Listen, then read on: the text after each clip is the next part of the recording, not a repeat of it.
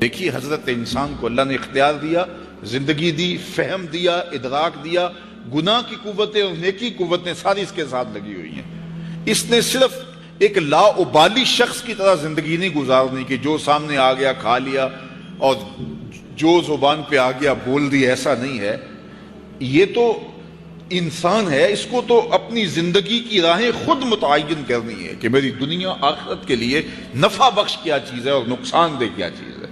اِنَّا هَدَيْنَاهُ السَّبِيلَ إِمَّا شَاكِرًا وَإِمَّا كَفُورًا، کہ ہم نے اس کو دونوں راہیں دکھا دی۔ وَهَدَيْنَاهُ النَّجْدَيْنِ، اس کو پتہ ہے یہ اچھائی ہے یہ برائی ہے، اس نے اس سے اجالنا ہے اپنے اندر کو اور اپنے باطن کو سنوارنا ہے۔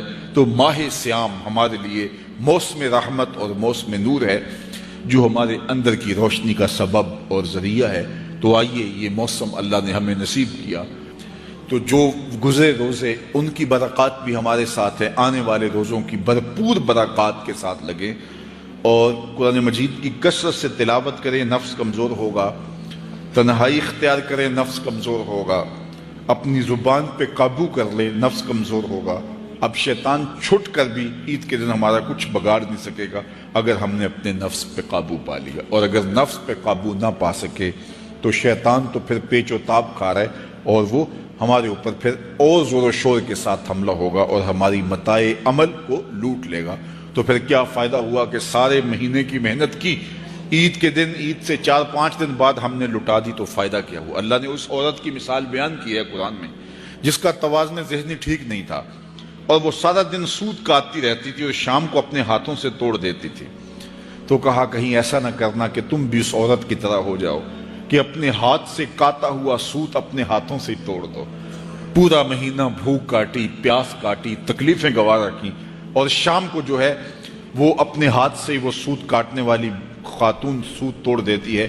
تو کہیں ہم بھی ایسے نہ ہو جائیں کہ مہینے کی محنت ہر سال عید یا عید کے چند دن بعد برباد کر لیں، پھر اگلے سال مہینے کی محنت کریں، پھر عید کو برباد کر دیں، تو کیا فائدہ ہوا؟ تو ہم نے جو نعمت سمیٹی ہے، جو چیز حاصل کیا، اس کو جذب کر لیں روح کے اندر، اس کو اپنے من کے اندر اتار لیں۔ اہل ایمان کو ایک دعا تلقین کی گئی ہے، وہ کیا دعا کرتے ہیں؟ ربنا لا تزغ قلوبنا بعد اذ ہدیتنا، اے اللہ ہدایت کے بعد ہمارے دل کو پھر دوبارہ ٹیڑھا نہ کر دینا۔ اگر ہدایت دی ہے تو وہ نصیب ہی رہے، وہ من میں جذب ہو جائے، وہ روح میں اتر جائے۔ تو میں اور آپ اپنی زندگی کو اللہ اور اس کے رسول کے نام پہ لگایا ہے، تو پھر اپنی ساری زندگی کو اللہ اور اس کے رسول کے نام پہ لگا دیں۔ وقت تیزی کے ساتھ گزر رہا ہے اور میں اور آپ لمحہ لمحہ موت کے قریب ہو رہے ہیں۔ ہمارے اٹھنے والے قدم زندگی سے گریز اور قبر کی طرف بڑھ رہے ہیں۔ کوئی 60 سال، کوئی 50 سال، کوئی 20 سال، کوئی 25 سال زندگی گزار چکا ہے۔ آج میں اور آپ اپنے ذہنوں پہ زور دیں تو کتنے لوگ ہیں ہمارے رشتہ داروں میں، ہمارے کلاس فیلوز میں، ہمارے دوستوں میں، ہمارے محلہ داروں میں، ہمارے جاننے والے جن کو ہم پہچانتے تھے، آج وہ مٹی کا رزق ہے۔ تو ایک دن ہمارے اوپر بھی یہ آنے والا ہے کہ ہم مٹی کا رزق بن چکے ہوں گے، سرخرو ہو کے جائیں گے تو قبر میں بھی چراغاں ہوگا۔ دل دے دیوے دی روشنائی جاوے وچ زمینہ، تو پھر اندر بھی روشنی ہوگی۔ لیکن اگر ہم نے اپنی خواہش نفس کا اسیر بن کے زندگی گزار دی تو پھر کیا انسان ہونے کا فائدہ اور حضور کا غلام ہونے کا ہم نے کیا فائدہ اٹھایا؟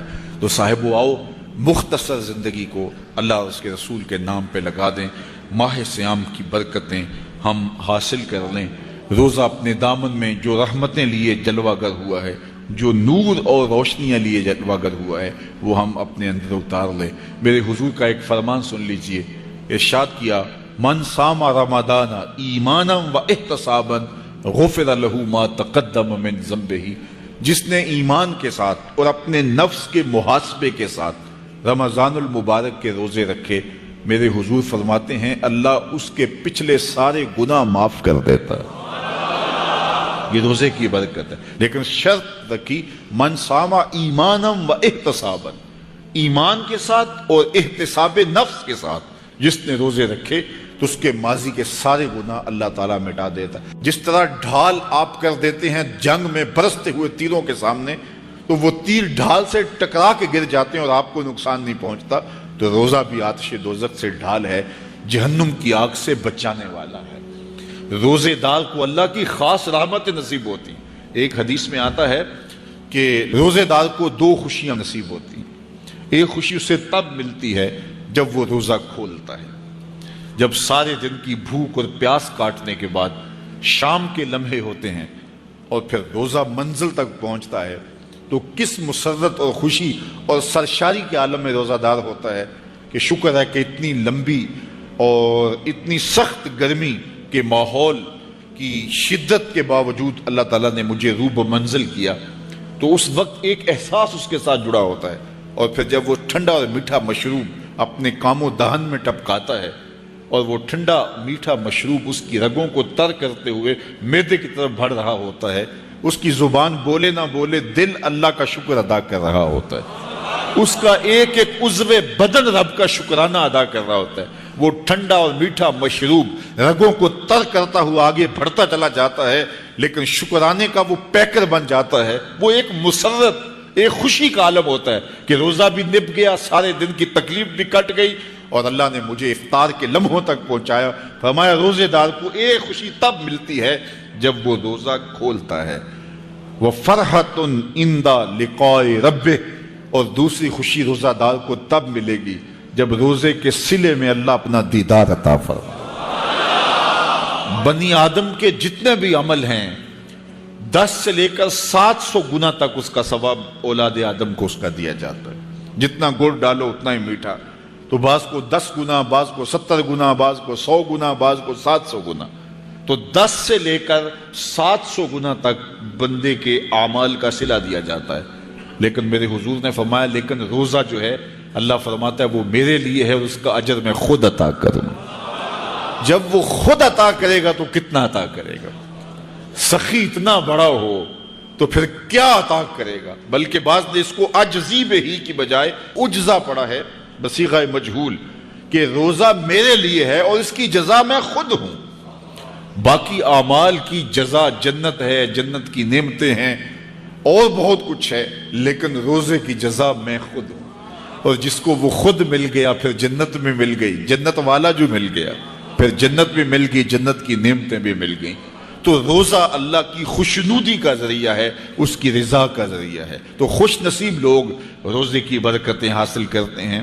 اور ایک روایت میں آتا ہے جب رمضان المبارک کا آغاز ہوتا ہے اللہ اہل ایمان کو, اپنے بندوں کو محبت کی نظر سے دیکھتا ہے, اور اللہ جس کو محبت کی نظر سے دیکھ لے پھر اسے کبھی عذاب نہیں دے گا.